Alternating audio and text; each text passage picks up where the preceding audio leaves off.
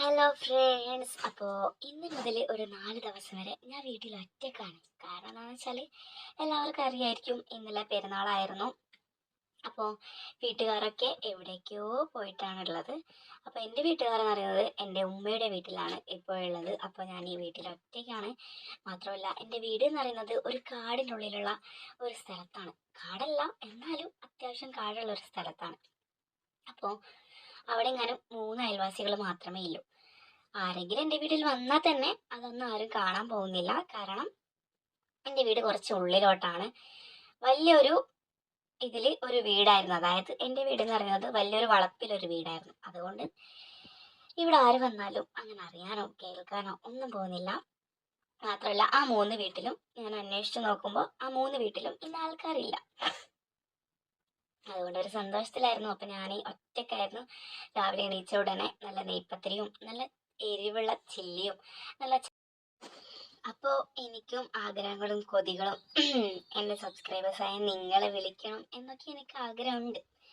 എന്താണെന്ന് വെച്ചാൽ ഈ 4 കൊല്ലത്തിൽ ആദ്യമായിട്ടാണ് ഞാൻ ഒറ്റയ്ക്ക് വീട്ടിലുണ്ടാകുന്നത്. അതായത് ആരും തന്നെ ഇന്നേ വരെ ആരെങ്കിലും ഒരാൾ, ഒരു കുട്ടിയെങ്കിലും ഉള്ള, ഞാൻ 7 എന്ന് പറയുന്നത് 7 ആൾക്കാർ എന്ന് പറയുന്നത് വലിയ ആൾക്കാരാണ്. അതിൻ്റെ കുട്ടികളും കുറേ എണ്ണം ഉണ്ട്. അപ്പോൾ 8 കൂടുതലുണ്ട്. അപ്പോൾ ഏതെങ്കിലും ഒരു പൊടിക്കുഞ്ഞുങ്ങളോ ആരെങ്കിലും ആയിട്ടുണ്ടാവും. അപ്പോൾ അതൊക്കെ റിസ്ക് അല്ല. 4 കൊല്ലത്തിന് ശേഷം മാത്രമാണ് ഞാൻ ഇന്നൊറ്റയ്ക്ക്. അന്ന് 4 കൊല്ലത്തിന്, അന്ന് ആ 4 കൊല്ലത്തിന് 4 കൊല്ലം മുമ്പ് ഉണ്ടായ സംഭവമില്ലേ, അന്ന് ഞാൻ ഒരാളെ ഇതാക്കിയിട്ടുണ്ടായിരുന്നു. അതിനുശേഷം ഇന്നേ വരെ 4 കൊല്ലത്തിന് എനിക്കും കുറേ ആഗ്രഹങ്ങളുണ്ട്. ഇതുവരെ എനിക്കൊരാഗ്രഹമില്ല. പിന്നെ 4 ദിവസം ഞാൻ വീട്ടിൽ ഒറ്റയ്ക്കാണ്. ഇന്നത്തെ ദിവസം എനിക്കൊരാഗ്രഹം തോന്നി. പ്രത്യേകിച്ച് ഞാൻ ഒറ്റക്കാണ്, ഞാൻ എന്തൊക്കെ ചെയ്യുമെന്ന് നിങ്ങൾക്ക് ആഗ്രഹിക്കാം. പക്ഷെ അത് നമ്മുടെ വിരളിൽ ഒതുങ്ങുന്നത് ഒരാളെ കിട്ടിയെങ്കിൽ അത് അത്ര സന്തോഷമല്ല. അതാണ്. അപ്പോൾ ഇന്നിപ്പോൾ രാവിലെ ഞാൻ എണീച്ച്, ഞാൻ പറഞ്ഞല്ലോ, ഞാൻ ഫുഡൊക്കെ ഉണ്ടാക്കി അതൊക്കെ കഴിച്ച് ഇനി വൈകുന്നേരം വരെ എങ്ങനെ സമയം കൂട്ടും എന്ന് എനിക്കറിയത്തില്ല. ഒരു 2-3 ആൾക്കാർ വന്നിരുന്നെങ്കിൽ നമുക്ക് നല്ല ചില്ലിയുടെ എരിവും നെയ്പ്പത്തിരിയും ഒക്കെ തിന്ന് എൻ്റെ രുചികളും നിങ്ങളുടെ രുചികളും ഒക്കെ തന്നെ എനിക്കറിയാമായിരുന്നു. അപ്പോൾ 4 കൊല്ലം മുമ്പുള്ള കഥയിലോട്ട് നമുക്ക് കിടക്കാം. അപ്പോൾ എൻ്റെ ഇന്നത്തെ കഥ എന്ന് പറയുന്നത് എൻ്റെ സ്വന്തം കഥയായിരുന്നു. എന്താണെന്ന് വെച്ചാൽ, ഇതുപോലുള്ള ഒരു ദിവസം ഞാൻ വീട്ടിൽ ഒറ്റക്കായിരുന്നു. അതൊരു 4 ദിവസത്തേക്കൊന്നുമല്ല, ഒരു 2 ദിവസത്തേക്കോ പിറ്റേന്ന് രാത്രി വരുന്നത് പോലെയായിരുന്നു. അങ്ങനെ എനിക്കന്നൊരു ആൺ സുഹൃത്തുണ്ടായിരുന്നു. ഞാൻ അവരോട് കാര്യങ്ങളൊക്കെ പറഞ്ഞു. അത് എൻ്റെ ഫസ്റ്റ് ടൈം അല്ല ഞാൻ അവരോട് കാര്യങ്ങൾ പറഞ്ഞു. അതായത് വീട്ടിൽ ആരുമില്ല. അപ്പോൾ എൻ്റെ ചുറ്റുഭാഗത്തുള്ള വീട്ടിൽ ആൾക്കാരുണ്ടായിരുന്നു. അവർക്കൊക്കെ അവൻ അറിയാവുന്നത് കൊണ്ട് അവൻ പറഞ്ഞു, വീട്ടിൽ വരുന്നത് എന്തായാലും നടക്കത്തില്ല. നിനക്കിന്ന് വീട്ടിൽ ആരുമില്ലല്ലോ. എനിക്കാണെങ്കിൽ ബൈക്കും ഓടിക്കാൻ അറിയാം. നീ കുറച്ച് ഇങ്ങോട്ട് വന്നാൽ ഞാൻ നിന്നെ കാറിൽ പിക്ക് ചെയ്യാൻ വരാമെന്ന് പറഞ്ഞു. എനിക്കാണെങ്കിൽ നല്ല ആഗ്രഹം ഉണ്ടായിരുന്നു. കാരണം ഞാൻ ഇത് വിചാരിച്ചിട്ടൊന്നല്ല പോകുന്നത്. അവൻ എന്നോട് പറഞ്ഞു റൂം എടുക്കാന്നാണ്. ഞാൻ പറഞ്ഞു റൂം എടുക്കുന്നത് ഒരിക്കലും നടക്കില്ല, കാറിൽ. അങ്ങനെ ഞാൻ ഒരിക്കലും വിചാരിച്ചില്ല ഇങ്ങനെയൊക്കെ നടക്കുമെന്നുള്ള കാര്യം. കാരണം ഒരു കാറിൽ നിന്നും ഇതൊക്കെ കഴിയുന്നുള്ള കാര്യം എനിക്കറിയില്ലായിരുന്നു. പക്ഷെ ഞാൻ അന്നറിഞ്ഞു, കാറിൽ നിന്ന് നമ്മൾ ബെഡിൽ നിന്ന് കിട്ടുന്ന 10 ഇരട്ടി, അതായത് ആണുങ്ങൾക്ക് തൻ്റെ ഇടവും ആണുങ്ങൾക്ക് ഒരു ഉഷാറുണ്ടെങ്കിൽ പിന്നെ എവിടെ നിന്നായാലും എല്ലാം സാധ്യതയാണ് എന്നുള്ള കാര്യം എനിക്ക് 4 കൊല്ലം മുമ്പ് എനിക്ക് മനസ്സിലായി.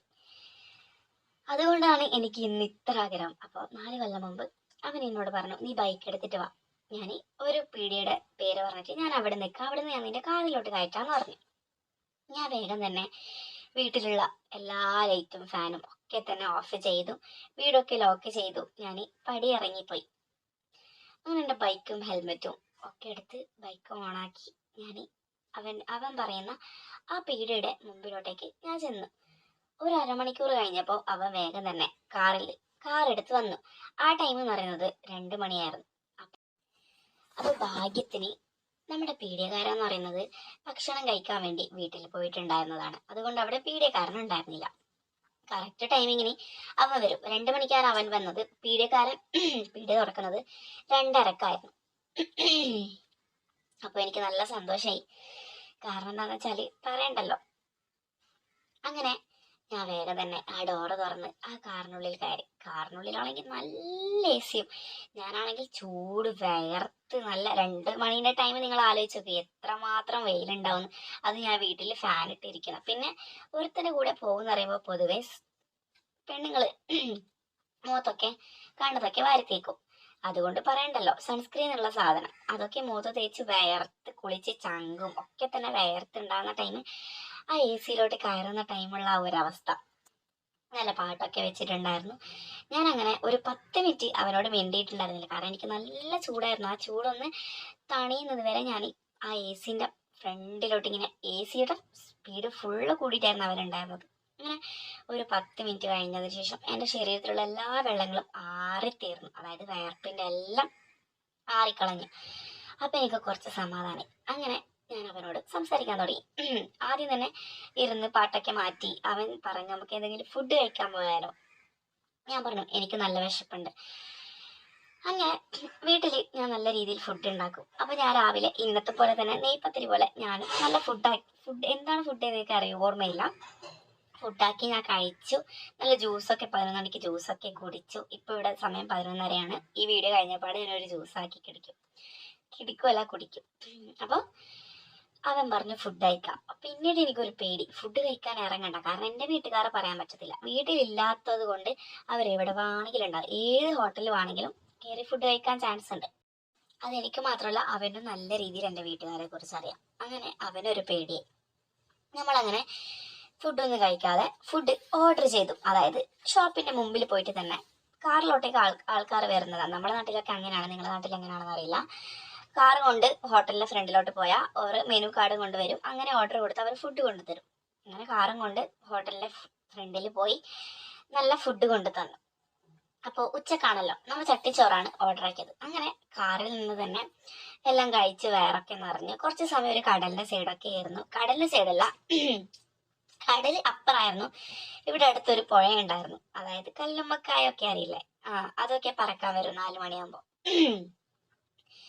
സോറി, തൊണ്ടയിലൊരു ഇതാണ്. അപ്പോൾ അതൊക്കെ കഴിച്ച് കഴിച്ചതിന് ശേഷം നമ്മൾ അവിടെ ഇരുന്ന് കുറച്ച് കാറ്റൊക്കെ കൊണ്ട് അവൻ പറഞ്ഞു നിന്നെ വീട്ടിൽ കൊണ്ടാക്കാം. അതായത് ഒരു 3 മണീൻ്റെ ടൈം അവൻ പറഞ്ഞു നിന്നെ ഞാൻ വീട്ടിൽ കൊണ്ടുവിടാം. അത് നമ്മൾ കണ്ടല്ലേ, ഇത്രയൊക്കെ വിചാരിച്ചുള്ളൂ, കാരണം കാറാണല്ലോ. അങ്ങനെ കൊണ്ടുവിടാൻ നേരം ഞാൻ അവനോട് സംസാരിക്കുന്ന ടൈം അവൻ്റെ കാലിൽ ഞാനൊന്ന് കൈവച്ചു. പിന്നീട് ഞാൻ അവനെ നോക്കുമ്പോൾ അവൻ എൻ്റെ കണ്ണിമ ചിമ്മാതെ അവൻ എന്നെ നോക്കിക്കൊണ്ടിരുന്നു. അപ്പോഴാണ് എനിക്ക് മനസ്സിലായത് ഞാൻ കൈവച്ച സ്ഥലം മാറിപ്പോയി എന്നുള്ള കാര്യം. പിന്നീട് എനിക്ക് അവിടെ എന്താണ് സംഭവിച്ചത് എനിക്കറിയത്തില്ല. അവൻ പറഞ്ഞു എൻ്റെ കൺട്രോൾ പോകുന്നു, കൈവിട് എന്ന് പറഞ്ഞു. ഞാനാണെങ്കിൽ ആ കൈയോട് ഇങ്ങനെ തടയിക്കൊണ്ടേയിരുന്നു. എനിക്കാണെങ്കിൽ അറിയുന്നില്ല ഇവരെന്താണ് ഈ പറയുന്നത്. അവനാണെങ്കിൽ ഗിയർ ഇടുന്ന സമയത്ത് എൻ്റെ കൈയാണെങ്കിൽ തട്ടി മാറ്റുന്ന പോലും ഉണ്ടായിരുന്നില്ല. കൈ എടുക്കെന്ന് മാത്രമേ പറയുന്നുണ്ടായിരുന്നുള്ളൂ. ഞാനാണെങ്കിൽ അവിടെ പിടിച്ച് അമർത്തുകയും പിന്നെ അവൻ എന്താണ് സംഭവിച്ചത് എനിക്കറിയത്തില്ല. അന്നാണ് ഞാൻ അറിഞ്ഞത് നമ്മുടെ റൂമിൽ നിന്നും മാത്രമല്ല കാറിൽ നിന്നും നല്ല അടിപൊളിയായിട്ട് നല്ല മനോഹരമായിട്ട് ഞാൻ മനസ്സിൽ പോലും ചിന്തിക്കാത്ത രീതിയിലായിരുന്നു അന്ന് എനിക്ക് കിട്ടിയിട്ടുണ്ടായിരുന്നത്. എനിക്ക് വളരെ സന്തോഷമായി, പൊന്നാളിയ പറഞ്ഞറിയിക്കാൻ പറ്റാത്തത്. അതേപോലെ ഞാൻ ഇന്നും വെയിറ്റ് ചെയ്യുകയാണ്. ഇന്ന് എനിക്ക് അങ്ങനെ സുഹൃത്തുക്കളില്ല, ഉള്ളതൊക്കെ ചൊടിയിലും അതിലൊക്കെ ഉള്ളതാണ്. അപ്പം എനിക്ക് ഇന്ന് നല്ല താല്പര്യമുണ്ട്, പക്ഷേ പറഞ്ഞിട്ട് കാര്യമില്ല. അപ്പോൾ ഇതുപോലുള്ള കഥകൾ പച്ച കേൾക്കാനാകുമ്പോൾ തീർച്ചയായിട്ടും ഈ നമ്പറിൽ എനിക്ക് വാട്സപ്പിൽ മെസ്സേജ് അയക്കുക. 500 രൂപ പേ ചെയ്താൽ നിങ്ങൾ എന്നെ ഒരു ഗ്രൂപ്പിൽ ആഡ് ചെയ്യുന്നതായിരിക്കും. അതിൽ അടിപൊളി കഥകൾ ഞാൻ നിങ്ങൾക്ക് തരുന്നു. ഇടയ്ക്കിടയ്ക്ക് video call, videos, photos, girls chatting ഒക്കെ തന്നെ ഉണ്ടാകുന്നതായിരിക്കും. അപ്പോൾ അതിന് താല്പര്യമുള്ളവർ തീർച്ചയായിട്ടും ആ നമ്പറിൽ എനിക്ക് വാട്സപ്പിൽ മെസ്സേജ് അയക്കുക. അപ്പോൾ അടുത്തൊരു വീഡിയോ ആയിട്ട് വരുന്നവരേക്കും ബൈ ബൈ.